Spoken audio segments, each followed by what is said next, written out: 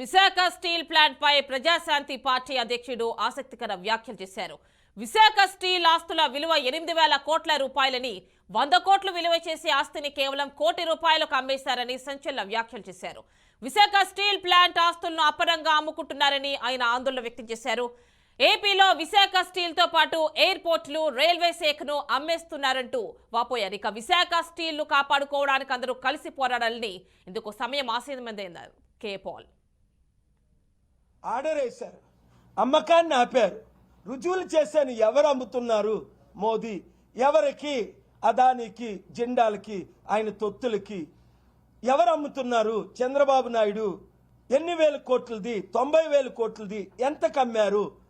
జగన్మోహన్ రెడ్డి 60,000 కోట్లది, 620,000 కోట్లకి, 620 కోట్లకి అమ్మేశారు.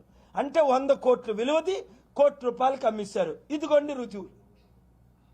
లాస్ట్ వీక్ రుజువులు తెమ్మన్నారు, థర్స్డే ఫ్రైడే. నేను మండే రుజువులతో వచ్చాను, రుజువులు ఇచ్చాను, పేపర్లన్నీ ఇచ్చేశాను. వెంటనే ఫైట్ ఇచ్చారు జస్టిస్ గారు. ఈ రుజువులు కావా? మరి వాళ్ళకి నేను సర్వ్ చేయాలట రుజువులు, మళ్ళీ అవన్నీ తీసేయడానికి. సర్వ్ చేశాను ఈరోజు. మరలా గురువారం వింటానన్నారు. స్టీల్ ప్లాంట్ని అమ్మనివ్వకుండా 8,000 కోట్లు డొనేట్ చేస్తాం వైట్ మనీ తీసుకొచ్చి అని ఈరోజు మళ్ళీ డెసిగ్నేట్ చేయమన్నారు. లెటర్ రాయమన్నారు. 3 లెటర్లు రాశానండి.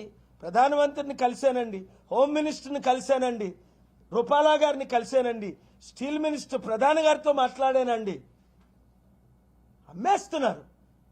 రైల్వేలు ఇప్పుడు చెప్పాను, రైల్వేలు అమ్మేశారు, పోర్ట్లు అమ్మేశారు, ఎయిర్పోర్ట్లు అమ్మేశారు, ఎయిర్లైన్స్ అమ్మేశారు, ఇండియాను అమ్మేశారు. ఒక మాటలో చెప్పాలంటే ఇవాళ ఆర్గ్యుమెంట్స్ వినిపించాను.